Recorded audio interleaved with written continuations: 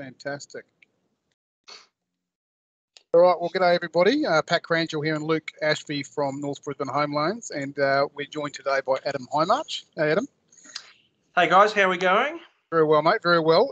So what we wanted to do is basically have a chat with Adam. He's a qualified property investment advisor, and we're finding it. We're getting a lot of clients at the moment purchasing investment properties, and some have got some good ideas, and some probably need a little bit more education around that in terms of how it works, the best way of doing it, and really what somebody like Adam does add value to the whole process. So, mate, Adam, give us an idea about what you do.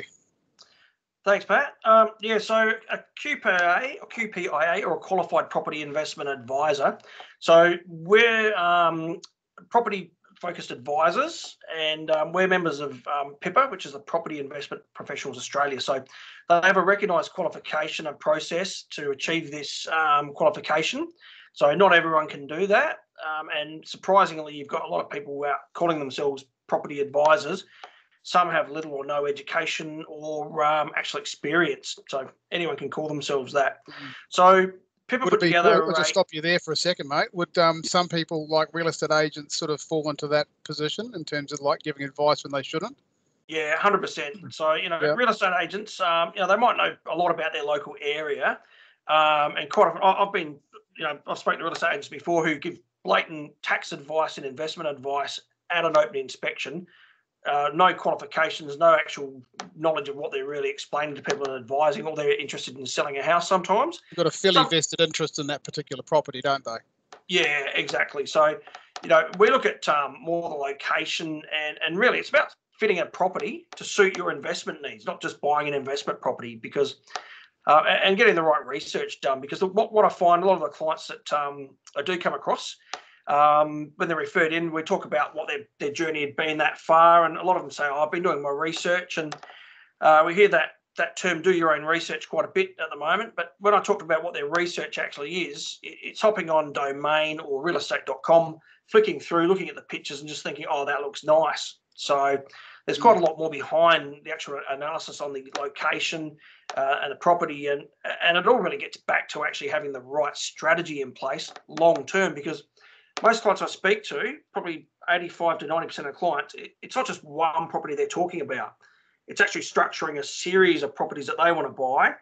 And that gets back to, why are they buying those properties? Why do they want to do that? A lot of people want to work less, retire early, have a bit of extra income coming through, or have some, a bit of something to pass on to their kids, a legacy for their family. So people have got different reasons, and that first property starting out, really, my clients will buy that first property with the second property in mind, so that first property matches the second property, and it all fits back into their strategy.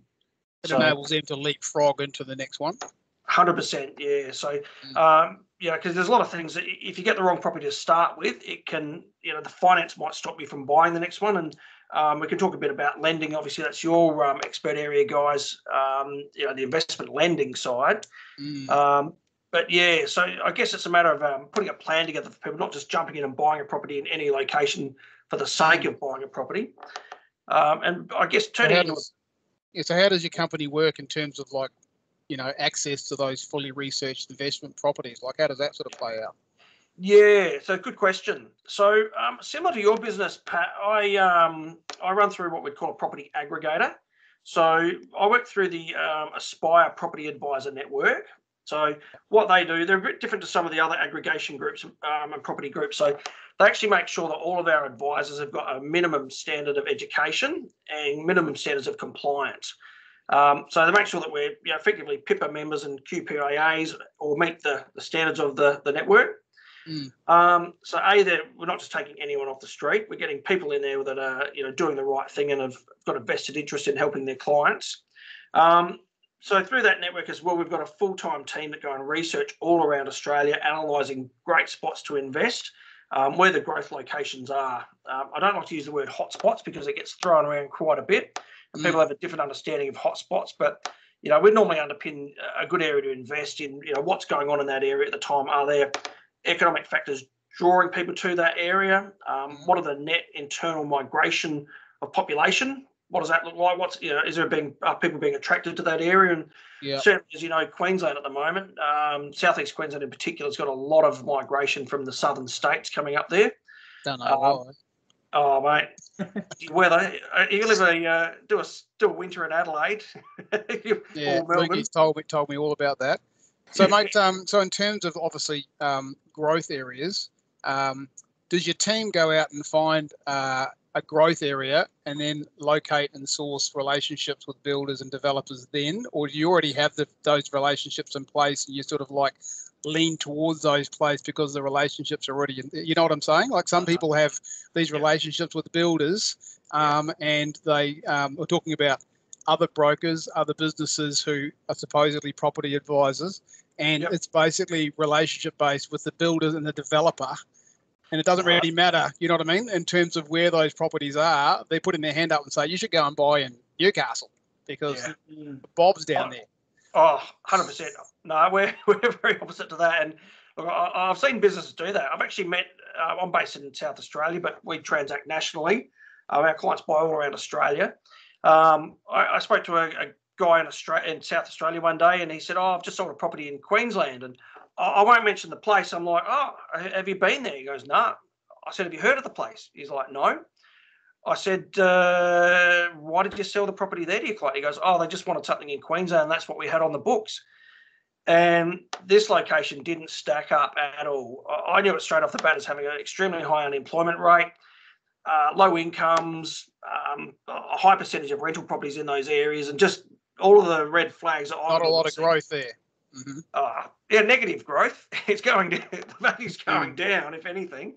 So no, we work very much the opposite of that. We'll look at the location first, very location based, and again, it's pretty much a pink upside down house. It's where do we put that pink upside down house that matters. It's not the actual property. It's the location that does a lot of the heavy lifting. So we've got to be across what's going on, and that's what our research area does. It looks at those areas. And sure, we might have developers that are working in some of these areas that are working in less favourable areas that don't quite meet our metrics. They might have 5 developments going on at the one time. 3 of those developments might meet our metrics. The other 2 will say, no, thank you. We don't want to have our clients buy in those areas. Yep. So it's not just a matter of somebody coming and buying a property and they're done with it.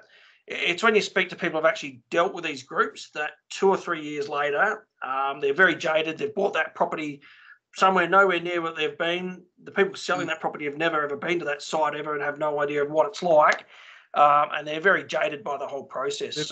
They're terrible stories too. If you purchase in something like that and you've worked, a lot of these people actually are using hard-earned equity that they've built up over 15, 20 years because, the equity doesn't grow by itself. Thinking, I'm going to do something for my wealth management, and all of a sudden they go and buy this dud property somewhere in a postcode that's never going to go anywhere. And it's just, it's disgraceful. So in terms of that, how does that look at your end in terms of the metrics and the types of things that you go through? Yeah, that's a good question. So things we'd look at, apart from that, the migration, internal migration, so population moving to a location, we'd look at a lot of the demographics. So what are the incomes in that area at the moment? What are unemployment rates? What are the percentage of rental properties already on that market? Because, we get some of the more popular areas, a lot of these investment groups are spruiking. And there was one area in particular in Queensland, and I think it was 69.8% of properties in that area were rental properties. So effectively 7 out of 10 properties in each street were a rental property. Long grass and bins out the front and a couple of cars. Yeah, maybe a couch on the porch if they're really into landscaping. But what you see there is if you lose your tenant, and it's a heavily saturated area with tenants, and if you're struggling to get a tenant, you're going to reduce your rent. Now, your neighbour, fair chance if they lose their tenant as well, they're going to be trying to reduce their rent. So effectively, that ripples throughout the whole suburb. You're reducing the rental floor rate of that area. So you compete against other landlords, and we saw a lot of this happen in actually there was a bit of oversupply in Brisbane at one stage of apartments. So landlords there were, getting a lot of interstate landlords not really understanding what they're buying into that CBD location where there's just this massive oversupply. So to attract tenants, they're trying to, they're putting free internet, 3 months free rent, and they're having to do all these little softeners just to try and get tenants in. So we want to try and avoid that. And they're also reducing or doing cashback for the people buying the properties to actually flog them in the first place. Yeah. And so you're buying properties that were worth supposedly 400, but you're getting 20 grand cash back. You try and revalue those properties in 2 or 3 years' time, and I saw a few of those, and they never got their money back. They might be getting it back now, but it took a long time to catch up. Yeah, I've seen crazy stuff, and I've seen some developments. There was one in South Australia a long time ago where they were giving a free BMW away, and one of my brokers, I was a finance broker at the time, one of my colleagues said, "Wow, that sounds like a good deal." I'm like, "Who do you think's paying for that BMW?" That's right. So, and again, there's some properties in South Australia that aren't worth as much as the BMW. Pretty much. out central. So, but same in Queensland. I'm not attacking all the South Australians. It's all good. That's all good. Hey, mate. So in terms of brand new versus existing, what's the difference, and why should people be weighing that argument or conversation up? Yeah, and that's a good question. And it depends why you're investing. If you're wanting to, we mostly look after busy people. So my clients are very busy. They don't have time to buy an old house, renovate it, and then try and increase the value through that. So if you're buying brand new, first of all, there's little or no maintenance to do. You're protected by warranties, your builder's warranty, and in the first sort of year or two, you've got a lot of the appliances and all that sort of stuff have got warranties on them. If it gets a couple of years down the track, your maintenance costs aren't too high. If something is out of warranty, your air conditioner goes, you can get parts and replace it and fix it. It's a lot more tenantable. I don't know if that's actually rentable is the word I'm looking for. Tenants like a brand new property. Things are working, they're new. If you've lived in a bit of a crappy property before as a rental and your landlord doesn't do any maintenance, it's not always good, particularly when you're paying the rent. So they're probably the main factors that we look at. It's just an easier way of investing, particularly if you're investing in a location that's not near you. If you are choosing to try and get into a property market in a different state or different part of your state that's performing well and you want to maximise the benefits of your investment. Yes. The final part would be there's pretty good depreciation on a property, which means through somebody else living in a property that you own, through general wear and tear, it goes down in value. Now, the tax department allow you to claim that as a tax depreciation. So I won't go into too much detail there, but what that can do is it can actually put some more money back into your pocket, meaning that you're actually less out, or you're not as much out of pocket each week, and it can be a significant amount. So that makes holding that property as an investment a lot cheaper and can sometimes actually put money back into your pocket each week rather than you paying. So that's when people say, you can own this property for $82 a week. Yep. And that's all the wash up of all the tax benefits that come back in after rent and all that sort of stuff. And that's the net amount that'll cost you for the year, roughly. Yeah, 100%. Yep. So that's the good side of that. Now, you do need to be aware that, bills will pop up, your council rates will pop up. There will be, other costs, expenses that pop up that you've got to have money in your pocket to pay for to then claim back as well. So that I'll use that with as a bit of a caveat. You've got to be a little bit careful with that. And that shouldn't be the only reason you invest. Again, you've got to look at the location. Is the location able to do the heavy lifting for you to make that money? And secondly, what type of property do you need as part of your strategy right now? So there's two different types of properties we generally look at. The ones that will grow up in value, so we'll call that a capital growth property when you buy it. Just generally we're talking about houses, so a house and land package, you'd expect the property to go up in value more than, say, a townhouse or an apartment. However, that townhouse or an apartment will kick out more rent compared to that purchase price. So a couple of things we need to look at there is like, your first investment property, are we looking to get more rental income for that, or are we looking for it to go up in value? So the rental income will help your borrowing capacity when you go for a loan to buy your second property. Or if you need help with more of a deposit, say you've got a pretty good income, but you need to actually work your deposit more, a house and land package, the house might go up in value more, creating what we call equity. Yep. So as it's gone up in value, you can borrow against that house to use that as a deposit to buy your second property. Right. So I'm a little bit when I mention townhouses and apartments, I'm not a massive fan of apartments. I think the reason sometimes people buy apartments, and you don't want to buy something that in 20 years' time it's still worth what you bought it for, even though it's kicking out some income. It'd need to be a significant amount of income to justify that. I think the better balance and stuff. Yeah. Yeah. So unless it's sort of a boutique type apartment, something a little bit different about it. And I'm not talking about a massive multi-story apartment block either. When there's like 100, 200 in there and it's the brand new one in the street and everything's fancy, it's got its own cinema. Well, that's great, because in 3 years' time, 3 blocks away, the same thing's going to be built and that's going to be better than yours. And that's what dilutes your value. That's right. Pools, gated areas, 3 towers. It's a lot of money to keep up, like in terms of body corporate costs and stuff like that. So And what happens with that as well? So your depreciation on a lot of that, as all that what they call plant and equipment, your lift and all that sort of stuff, as it goes down in value, you're getting some great tax benefits out of it, but it's all going down in value. So you want to want that to perform at some stage. So I just think people need to be a little bit wary about the gloss and pretty brochures and seeing nice, that's a lovely floor plan, imagining themselves living in there. That you've really got to separate your emotion. And you're buying a business. You are, yeah. Yeah, and that's what I see a lot of property groups will do. They'll put a really emotional presentation on with pictures of sunsets and, you retiring. You're thinking, wow, that's going to be me retiring. Or people get emotional about the actual property itself and think, wow, it looks beautiful. I can just imagine this and this and this and this. At the end of the day, you've got to treat this as a business. That business just happens to be a property that you're buying. So...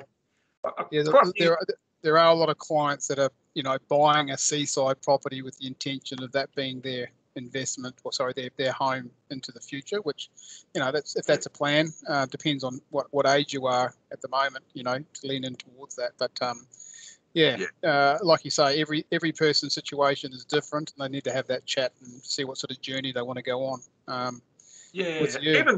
Even buying something now, I speak to a lot of clients that are buying something for their kids to live in further down the track, and their kids might be very young. Now, what we're seeing now with the way the world is, a lot of kids aren't actually living in where they grew up. I know a lot of kids leave Adelaide and go and live somewhere else, or it might be the same in Brisbane, or there might be other opportunities for you to move down to Sydney or wherever for your kids, and they may not end up living in that property that you've bought for them to live in. So what I generally say to clients is, why not buy something that's tax effective for you now? It grows up in value, so it works for you while your kids are growing up and deciding what they want to do. And when they're ready to do it, if they're ready to buy something, they can either, take some money, some equity out of that and use the deposit from that, which is something you can probably explain a bit better than I can. But why not get a property that just does all the hard work for you, rather than buying over that 10, 15 years before they're ready. Yeah. And tap into it, and they can purchase something that they want to buy when they're ready to. When they're ready, yeah, exactly. So you're still looking after your kids. You're still giving them the helping hand that they need to get into the market. You've just helped yourself along the way. So it's a win-win for everyone. Yeah. No, that makes a lot of sense. And I think, there is a lot of clients that like to buy in the same area. I had a client today that wants to buy the house next door to them and stuff. So, because you can drive past it and stuff or whatever, I guess, or they want to protect who lives beside them. But you got to put a tenant in there, so I don't know how you can protect that. But anyway, it's a tricky, unless you're going to develop the property. If you had intentions to then maybe knock them both over, put 4 on the site. If I had the land component there to be able to do something with it, then that's not a bad strategy. It could be a really bad strategy for our old next door neighbours. They own the 2 houses in a row, and so we knew the tenants were next door to us, and the landlords were the other side of them. And the tenants would say, we quite often get the text message from the landlord, "Can you not park on the lawn, please?" So imagine having that living next door. If there's ever a party in it, you'd just be going, damn, go crazy. So probably for your own peace. And I get some clients, for their own peace of mind, it's actually, we can look at other states, that are performing better.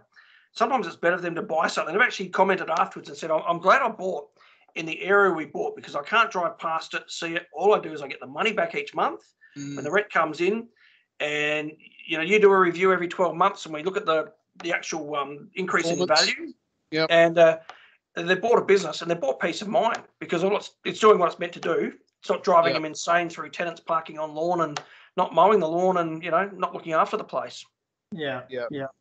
On that topic as well, Adam, if I was a prospective investor looking to invest interstate, what are the things I should be looking out for and considering? And is there any risks involved? Obviously, you're not going to be in that state to sort of monitor it like you were saying before. It's not going to be on the same street. You don't have to worry about it in that case. But, yeah, what do you look out for in that case?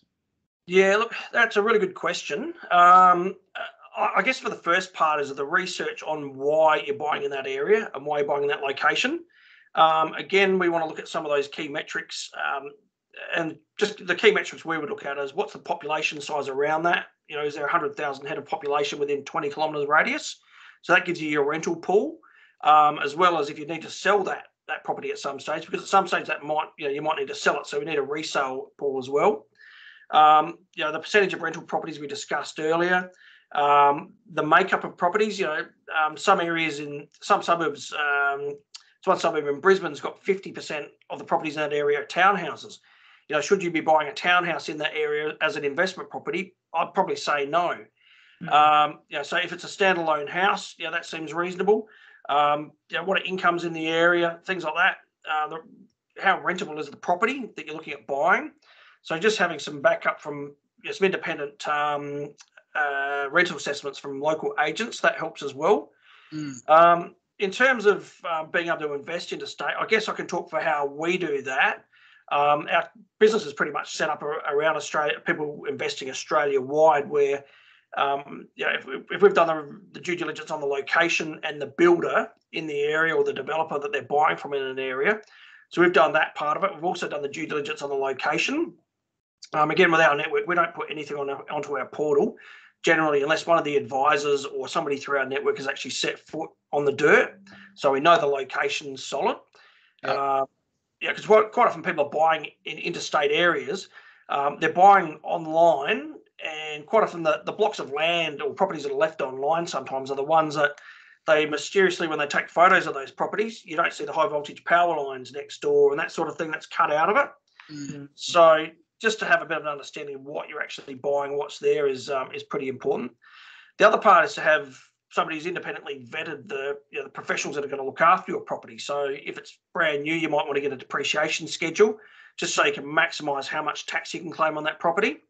You also might want an introduction to a good rental manager, because rental managers, most people will actually select their rental manager who's got the cheapest commission rate, which is completely wrong, because to achieve that cheap commission rate, they actually need to have hundreds and hundreds 400 per people per property manager. Oh, 100%. Yeah. So do you want to save yourself, $8 or $12 a week? Would you rather have a rental manager that's, a little bit, not some 18-year-old kid, excuse me to the 18-year-olds, but somebody who's never lived in a house before, doesn't understand a house, or somebody who's responsible, a business owner who, says, no, my land rental manager will only look after X amount for themselves, and it's a shared responsibility for the team. So we would vet that pretty heavily as well, because all of the parts, you look at all the parts in your team for this. It's not just you buying an investment property. First of all, you've got to have guys like yourselves who understand the financing of this property up front, because finance, I'll quickly touch on that if you don't mind, Pat. That's a pretty important issue with buying an investment property. My thoughts are cheapest interest rate for an investment property is not always the best. Is that something you could comment on? Well, it'll be nice to get everything lined up, right structure and everything, and have a really good low rate as well. And sometimes you can do it that way, but I'd much rather have a low interest rate on my PPR, my principal place of residence, than on my investment property, because obviously investment debt is tax deductible anyway. So there's a percentage there that you're not having to worry about for starters. And whether it's interest only or P&I or, offsets and stuff, that should be connected to your principal place of residence. And whether it's standalone or cross-collateralized, some clients are happy to have it all with one lender. We don't necessarily agree like that all the time, but if their intention is just to buy one, maybe two investment properties and that's it, we're not going to be jumping up and down and saying you must do it this way or that way. At the end of the day, it comes back to what's good for them. but yeah, no, there's a lot of moving parts in terms of, you know, the different lenders that are out there. You know, DTI is playing a factor now too with debt to income ratio. So some lenders, you know, will stop people from borrowing, you know, more than 6 times their gross annual income, including rent and stuff now. So, and you know, lender A will give, you know, sometimes $50,000 or $60,000, even up to $100,000 less than lender K. They all assess things differently. So yeah, is that your take on that? Yeah. No, you've hit quite a few things I was going to say. So yeah, that's particularly that last point where you might be paying an interest rate which might be 0.5% higher, but it enables you to buy that next property. Now, if you go, you know what, I'm not going to take that. I'm not going to buy the property because the interest rate's a little bit too high. Sometimes paying that extra interest rate, you might pick that up in the rent yield. You might be able to get more rent back from the property, or just the actual capital growth of that property. You might be able to afford it, but, you know, objectively you're going, well, this lender's going to lend me 100 grand more, but their interest rate's a little bit higher. Sometimes by taking that interest rate that's high on investment, like you said, difference between buying your own home, you want the cheapest possible there potentially. Sometimes it gets you into that property deal to be able to buy your next investment property, and you know the property prices at the moment are going sky high, and they're pretty crazy. So you know, if you hadn't have done the deal, you might miss out on 100 grand because you didn't want to pay 0.3% more on your home loan. Yeah, so, that's exactly right. Yeah. So yeah, cool. And that one thing, I'll just tap on a bit there as well. A lot of people talk about the current property cycle. You know, where's it heading? Is it ever going to calm down? And that sort of thing. Which, I don't know. That's something just a bit off the cuff to maybe discuss. Look, I think prices through 2022 are going to stay pretty consistent. I think if you look at we've had the home builder grant, where a lot of people are going to transition from either living at home with mum and dad into rental accommodation into their own home as a result of that. That's going to draw a bit of the supply issue, because we've got a really tight supply issue at the moment. There's just not enough houses for people that want them. Yeah, right. Now, we've had the borders shut effectively for, I think, 2 years or something like that. And there's a lot of people, a lot of Australian citizens left overseas at the moment wanting to come back to Australia, and it looks like the borders are finally opening. So I'm thinking, I can't remember how many people are actually in India at the moment. I heard a stat the other day. I don't know if it was 10,000. It was a significant amount of people who are wanting to come back to Australia. People whose visas have been approved. Money. So with their money. With their money. With their money, ready to buy something. And so I just think, in terms of some of the bigger centres like Melbourne and Sydney, particularly the sort of CBD areas, I think are going to cool off a little bit. But generally, I think the rest of Australia, I think, is still going to look pretty good even when the borders open for a few years, and that it might plateau out after a couple of years, particularly with a few interest rate hikes as well as they go up. But so I think the good news is, I guess, is that most of the banks, although they all have that assessment rate built in, so they're already adding 3% on top of what people are paying to make sure that they can afford it. But we're certainly not seeing any slowdown at the moment. But if you're watching this video in 2023, 2024, and we're not right. But no, I think I think there's always a good time to purchase property. It's the same as investing in shares or anything like that. So as long as you do it well and you get information and make a decision around the data, then why wouldn't you? So mate, I don't know if there's anything else. Did you want to show us anything else in terms of some of the information you've got on the screen, maybe just to wrap things up? I'm just going to run through, I guess, talk a bit about what I do, just plug my own business a little bit here. But sure. Just how we can actually help investors. I mean, this is a bit of a representation at the moment of just sort of the access we'd have across Australia to different properties. I'll notice New South Wales is actually missing properties. So we do have access to property in New South Wales, but you see a lot of it at the moment. The areas we're looking at, Queensland and Victoria, where a lot of the projects are on market. Yep. South Australia and Perth, I think Perth's looking really good as well. Some of this, and South Australia's a bit of a reflection on the stock we've got access to. Yeah. But when you do look at, all of Australia's moving quite well at the moment. But if even if a lot of your clients are up in Brisbane and in Queensland, have got property in Queensland, I know the laws have just changed for not capital gains tax, land tax at the moment. Land tax, yeah. Yeah, I understand there's been some changes. There have been changes to different places around Australia with land tax. So if you own multiple properties in the one state, you pay tax on that each year for what you on the land content that you own.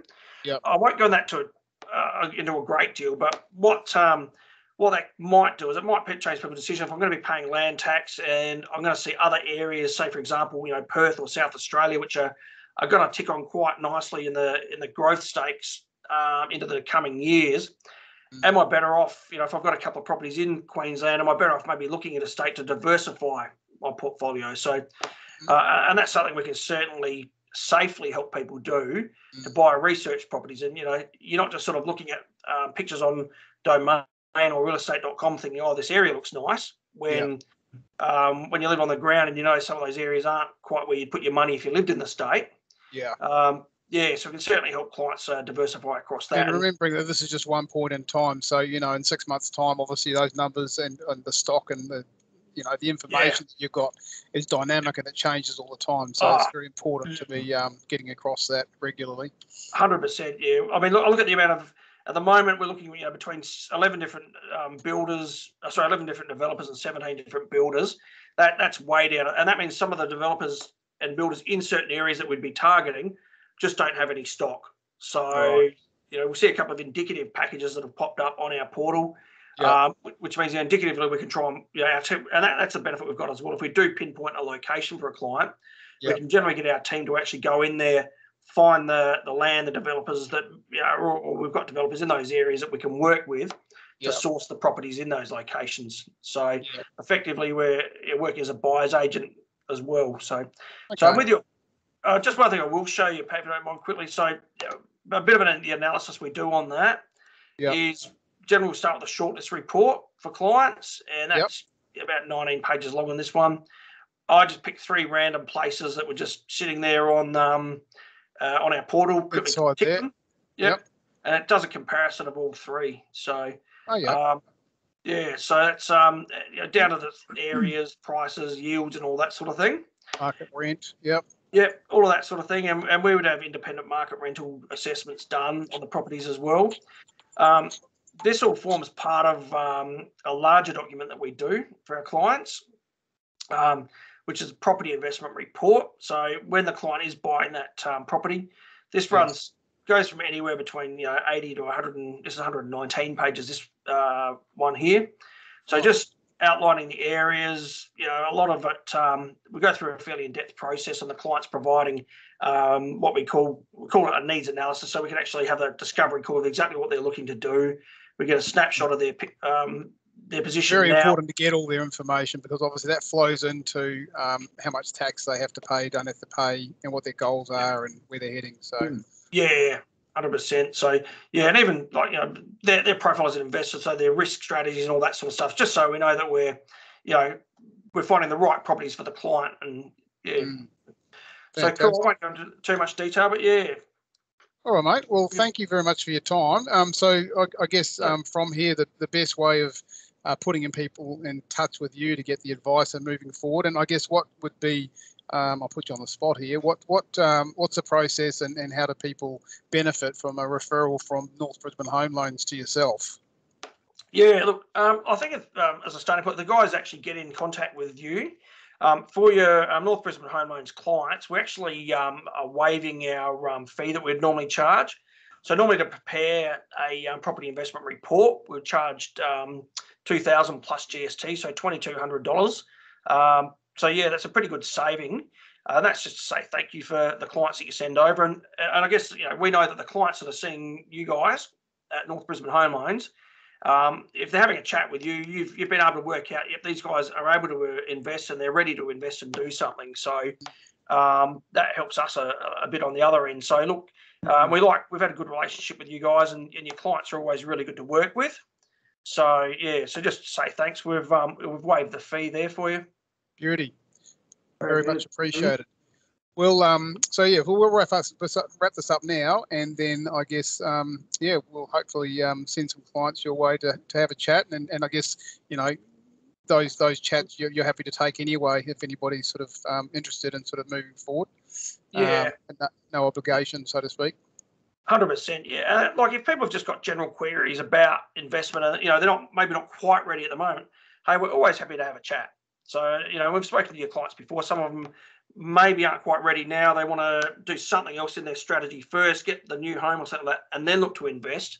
And or, and even some clients we've actually spoken to before, not necessarily your clients, where we've actually said, I don't think you should buy an investment property. I think you need to tidy your finances up and, get things in order first. Let's work towards it further down the track. So just open and honest advice. So appreciate your time. Thanks, Adam. Awesome. Thanks, Pat. Luke, Cheers, cheers. Thanks, guys.